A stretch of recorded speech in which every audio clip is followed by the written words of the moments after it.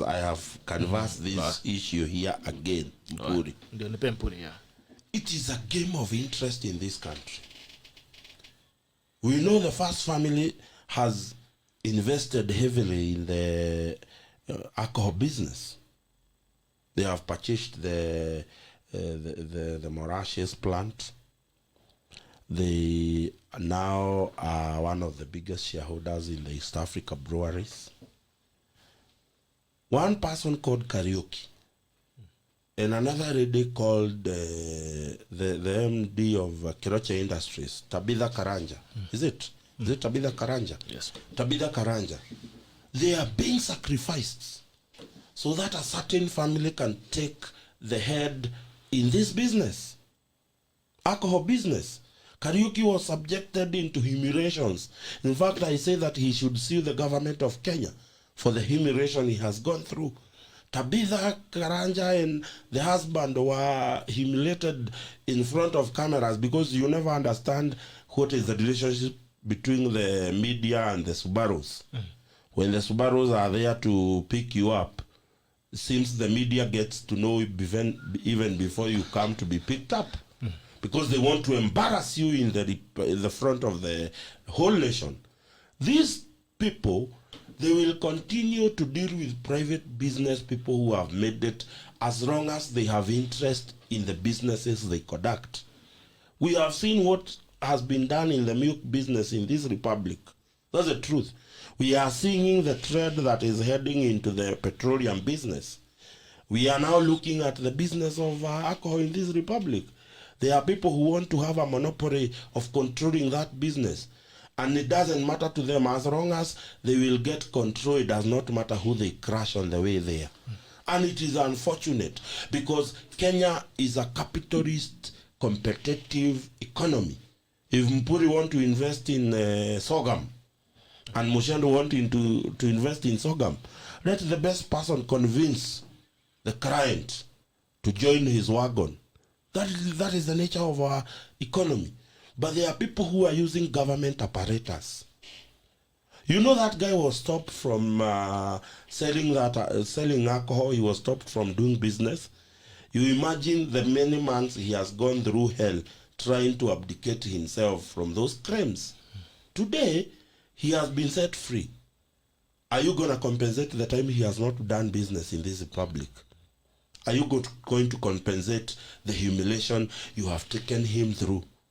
And that is why I'm telling the Republic of Kenya and the citizen of this republic, we must say no to autocracy, because autocracy is gonna lead this country to collapse.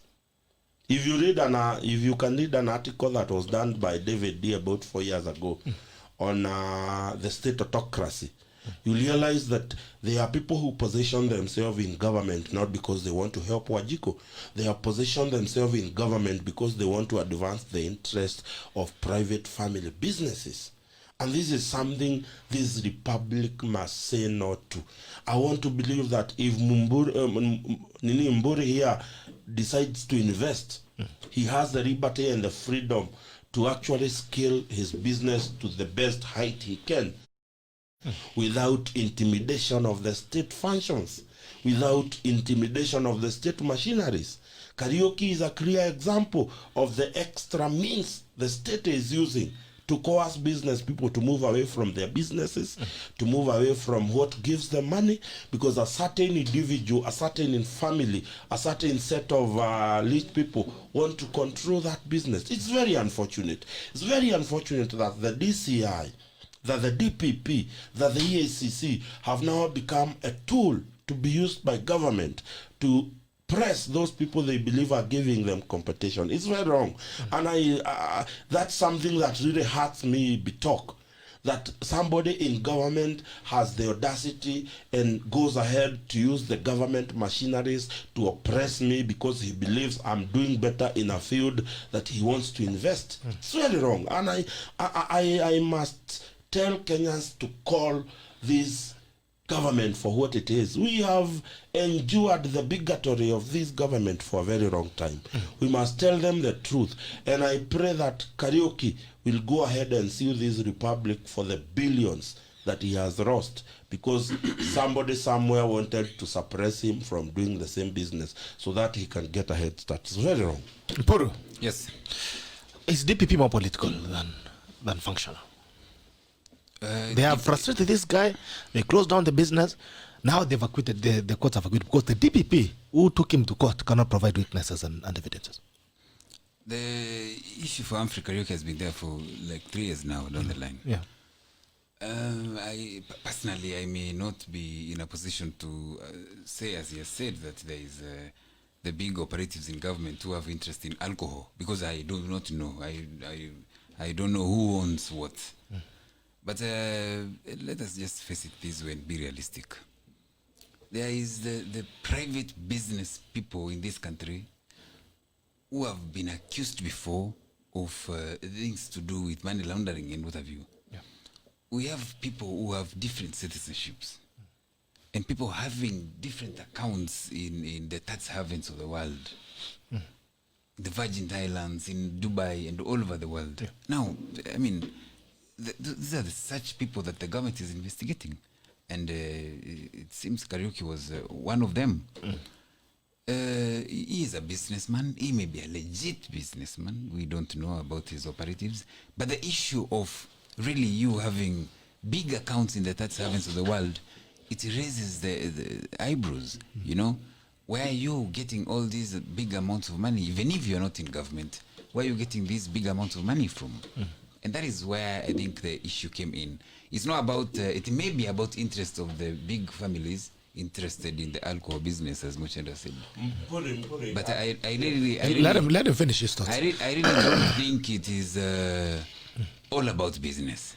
It may not be all about business. I mean, I cannot castigate the government on that, because those are private companies that are individual based.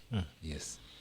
All right. You know, I want to categorically tell Mpuru the issue and the case of Kariuki, which I have clearly followed, it had nothing to do with whether he has money in those accounts or not.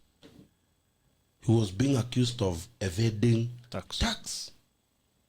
Evasion of tax. So evasion of tax, it is government has calculated, they would say they have calculated how much investment you have made, how much you have done, how much you have made, what profit have you declared. So you are supposed to have paid this amount of tax. And therefore, you know what they said, eh? The issue, especially on the distilling industry, there is a very big issue with how ethanol is taxed. It's the biggest elephant in the house when it comes to the distilling industry. So he was being accused probably of importing ethanol without paying tax and all those things. And he took his case to court, executed it. And I'll tell you another problem, Mpuru, we have in this republic. We have an inefficient DPP. We have an inefficient DCI. That we bring a legal case and a case that can start merit before Mpuru. But the elements that have been given authority to investigate and come up with evidence fall short of what they're supposed to do. And that's the problem.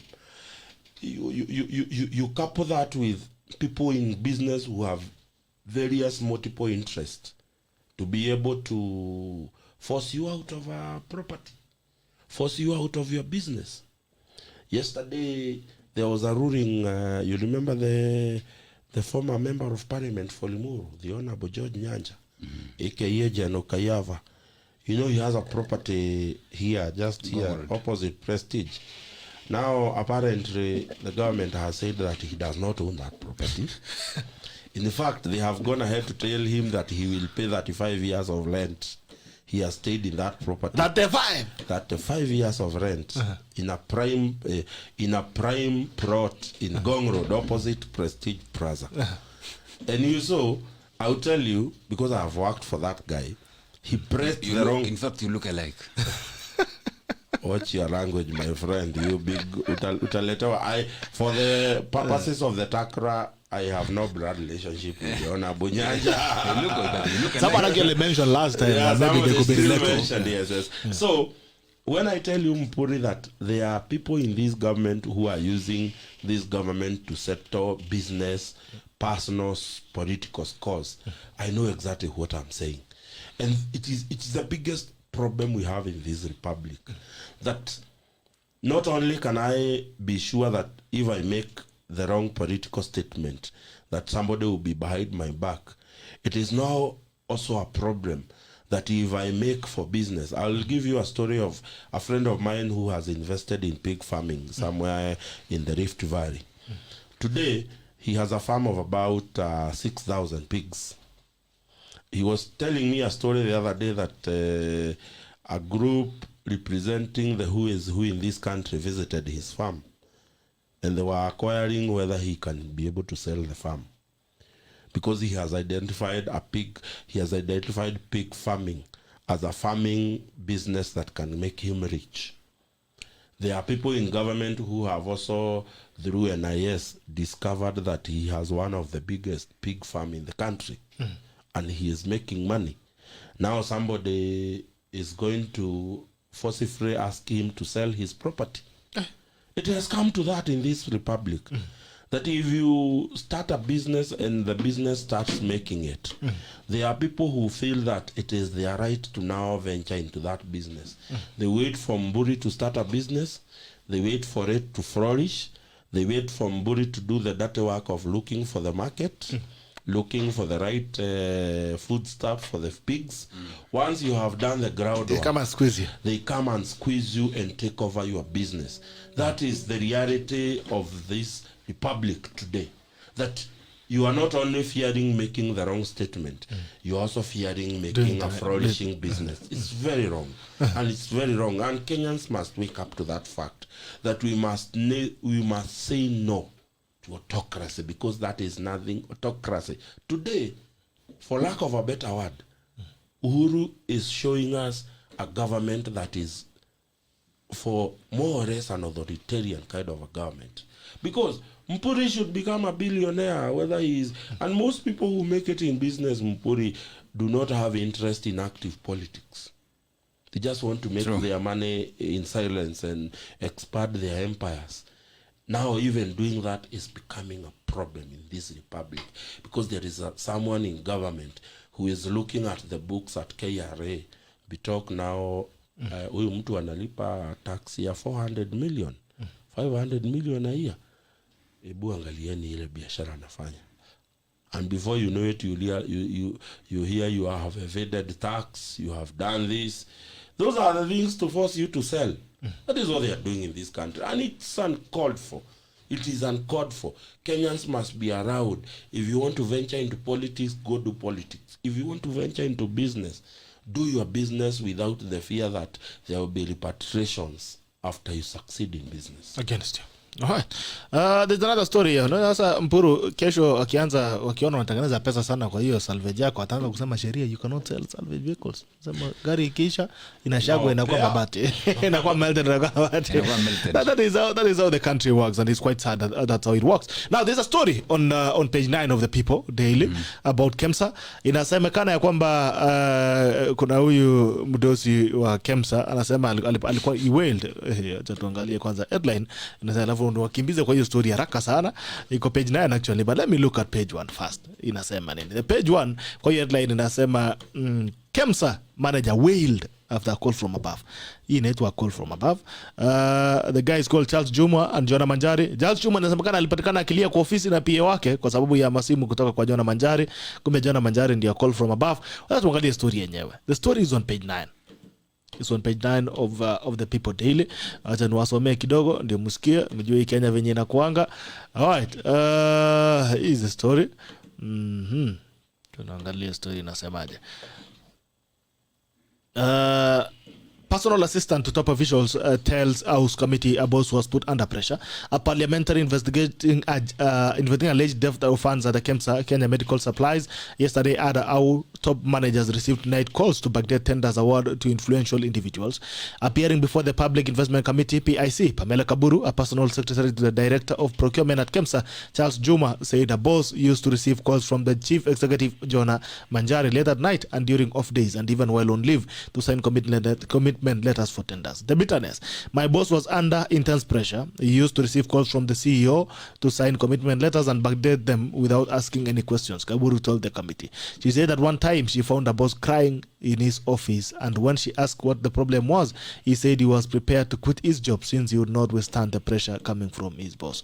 I was shocked to find Juma crying in his office. Bitterness was written all over his face as I pleaded with him to calm down. He explained how he was being tossed around to do things he knew were unlawful. Mpuru. That one's an nasoma hiyo story. Jamaa Juma alikuwa analia kwa ofisi kutoka kwa pressure ya wadosi huko juu. I mean, the problem that we have in this country. Unajua tunaangalia tunasema hapana, shida ni wananchi, shida ni let's fix this. The problem that we have, do you think the problem yenye tuko nayo inatoka juu ama ni chini? What should be the approach in fixing it? Unajua huyo ni secretary anasema Juma alikuwa analia, sio? Yep. Because of the pressure and the many calls from Manjari, yes, who was the CEO. What if? Anasema calls from above. No, what if hiyo maneno haingejulikana? Angejitoa huyo Juma analia. Alisema he was ready to quit his job. No, no. Why cry? Why cry and start saying you should not say you are receiving calls from above and pressure and being tossed up and down by your boss. Go report. You know you are doing something unlawful. Maybe, I mean, if you didn't report at that particular moment, that means ata yeye alikula. You shouldn't cry. Why cry? Go to the station and report that my boss is forcing me to do something unlawful, to backdate a commitment letter. I don't you know, no, hiyo kulia itamtoa pale. No. Yes, msaidia. There was the right thing to do at that particular moment.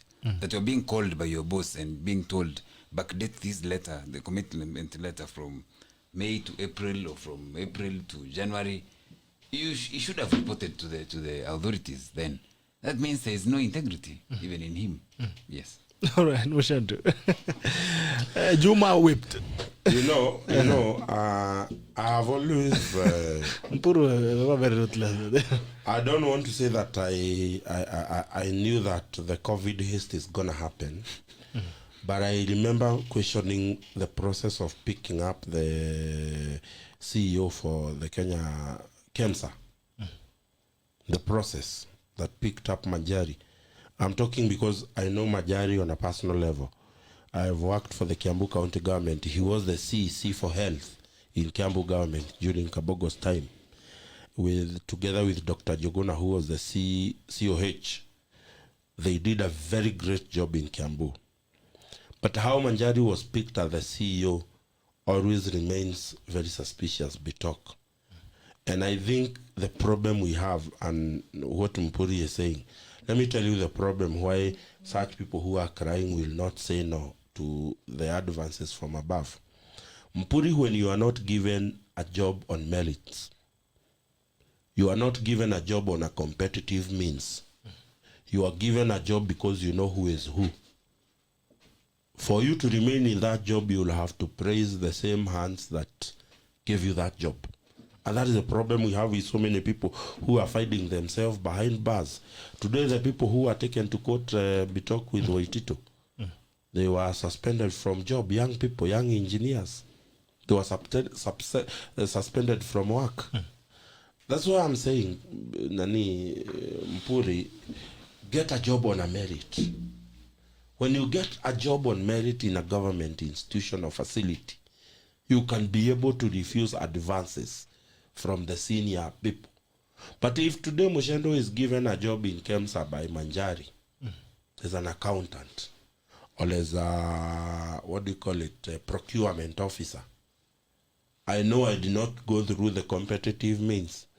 So Manjari tells me that when you open the tenders, I want you to tusikie simu, sikulia simu. Just pick it up. Hello. Yes, Jaran. Yeah, jambo. Boss ana boss. Niambie. This is Rune Kanoru Junior. Nani? Rune Kanoru. This is Rune Kanoru. Jambo, niambie dadi. Calling from Tigania East. Yes, watu wa Tigania. Ambari gani? Hello. Ambari gani? Tunakusikia niambie. Nataka uambie our secretary general this. Uko na imani na yeye? Na tunajua chama yake hakuna mambo ya shortcut. Mwenye kushinda ndo mwenye kupewa certificate. So mwambie ajue tuko na imani na yeye. Na tuko na yeye mpaka mwisho. Mpaka kwa kamba. Shukran sana. Mpaka kwa kamba. Amesema hii bibi yao ukikoroga NOPEU itasema bibi NOPEU. Bibi NOPEU. Umeshalima na bibi tena. Tunasema ground mnasemaje? Kwa ground, kwa chama yetu ya NOPEU tuko sawa, tuko pamoja na secretary general. Okay. Lakini hapa kwa BBI tunalemewa. Iko shida. BBI amuko. Kwa BBI tunalemewa kidogo ndugu yangu. Sababu punda amechoka. Lakini SG amesema ako ndani ya BBI. Punda amechoka lakini haina shinda, akituelezea kwa ground tutajua ni aje. Ama ongeza wape punda vitamin energizer. Sawa ndugu yangu, lakini ile kitu ya maana anafaa ajue tuko na imani na yeye na tuko naye mpaka mwisho. Asante sana ndugu yangu, thank you so much. Sawa ndugu yangu. Thank you, have a good day. Muchendu, unasikia Mpuru, acha tu Mpuru, unasikia watu wako wanasema BBI hapo imelemea kidogo, wanasema wako na wewe, lakini mambo ya BBI anasema nikienda ground niwaeleze watajua na mimi. Amesema funda ametoka. Muchendu, you are continuing. He's separating the issues of the party. And that's how we need to work. And that is a member you want to retain in the party. Kabisa. You know, I think we must realign the priorities in this republic. Changing the constitution is something that is provided for in the constitution that we have. That our constitution is a progressive document that editing and changing that constitution with the change in time, technology, and how we do things, it is something that is gonna happen one way or the other. And we are not disputing. There is nobody Mpuri that is questioning the changing of or amending of our constitution. Nobody is. I'm sure you have not heard anybody saying it is wrong to amend the constitution. Nobody has disputed that fact, that we would need to amend the constitution because we are progressively growing and we are progressively becoming a nation of ideas and all those things. But the timing and the priority and how we do it is the one that is becoming the problem. That even as we propagate the ideas of BBI, doing town hall meetings and all those things, where are we putting the issues of the doctor? Where are you putting the issues of the common Wanjiko, whose livelihood is going up? In the last review of the Energy Regulatory Authority, the cost of gas has gone up. It is utmostly affecting Wanjiko because that means the fare has to go up. We have the COVID rules that require matatu to do halfway passengers. It also means that that passenger that gets into that matatu gets to pay twice to compensate for that particular seat that will not go with anybody. Right. Capping that with the additional cost of fuel, it becomes a problem for this republic. So I pray that this government, even as you put efforts on the Building Bridges initiative, use the same effort, use the same zeal, use the same power and authority to address other important issues to Kenyans. And I promise you, you will not see anybody fighting BBI. If you can use the same energy on other issues that affect the common Wajiko, you will not see anybody fighting this process. But the moment you negate the important things to Wajiko and make BBI Oliver and Omega in the running of this government, it's like that document will magically do things in this republic. This country has an infract of rules that people elected choose not to implement. That's why we are here today. Tunamaliza. Mpuru, your closing remarks. Ushapewa warning ground ya BBI? Ground warning nimepewa lakini nimewa. Sema utaenda utibu. So weekend kimbia. Weekend naenda I'll be in Nakuru tomorrow and the day after. Kura tunapiga tarehe 15. That will be on Tuesday. Yeah, Lakeview. For Lakeview. MCA wenu anaitwaje pale wa Lakeview, mgombea wa MCA? Niko na daktari changamfu pale anaitwa Justice. I'll give you his utanipa details yake, utanipea na poster kama ipo. Now my parting shot on this thing is I would love to invite everyone to National Ordinary People's Empowerment Union. Anza na Muchendu hapa. Muchendu nitaanza na yeye na kumkaribisha sana kwa chama. Hii ni chama ambayo iko na demokrasia. You know the many of the political parties, there's no party democracy. Yes. Ni chama ambayo you own it as an individual. Now we will be doing mass recruitment very soon. I want to do it. It will be system based, whereby you dial USSD that I'll come up with. We are doing system development right now.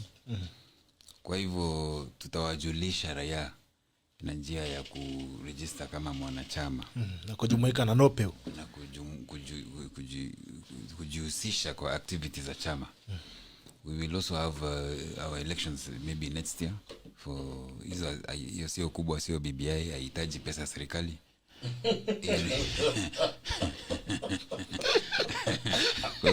Na Gumbo anajimia pesa. Gumbo unajua anatumia pesa serikali.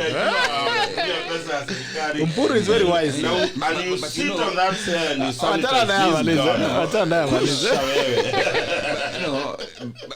but unajua we are also talking about an uncompetitive referendum. Yes. That will bring both sides together.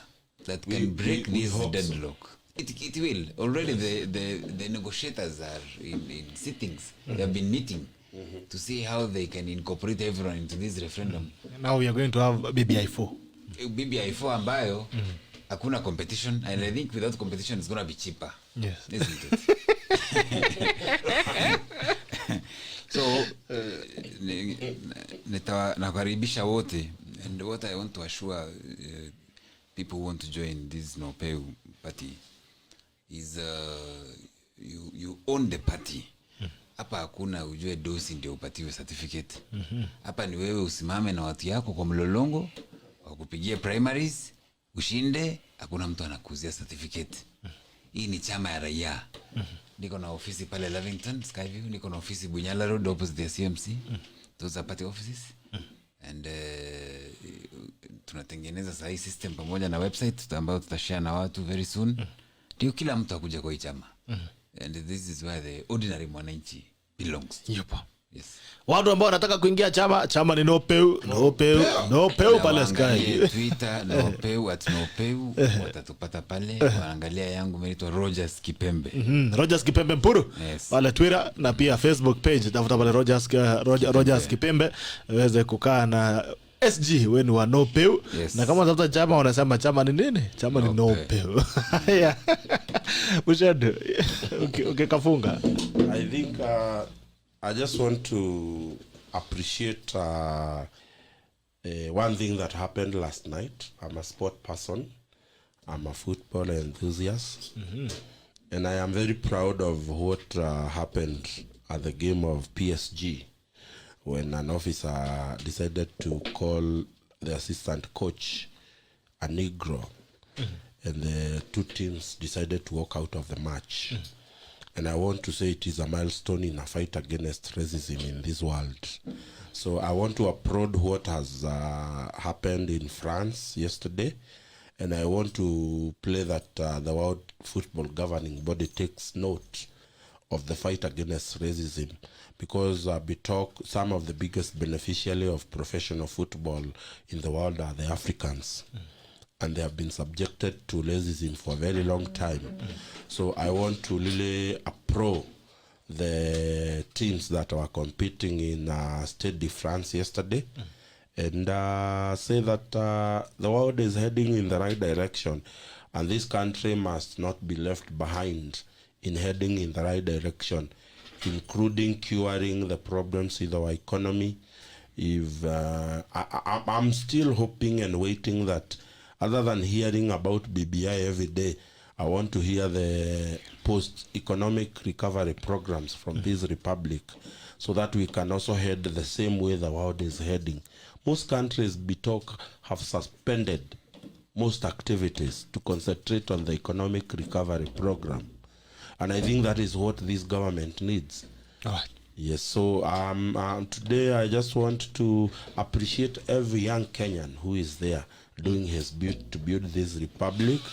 Shall we continue praying that the wisdom we believed that President Uhuru Kenyatta had when we gave him the manifesto to lead this country, that God will probably at night reveal to him the right way to move, so that he can go back to the right track and this republic goes on. Otherwise, I pray that the Lord may bless every Kenyan.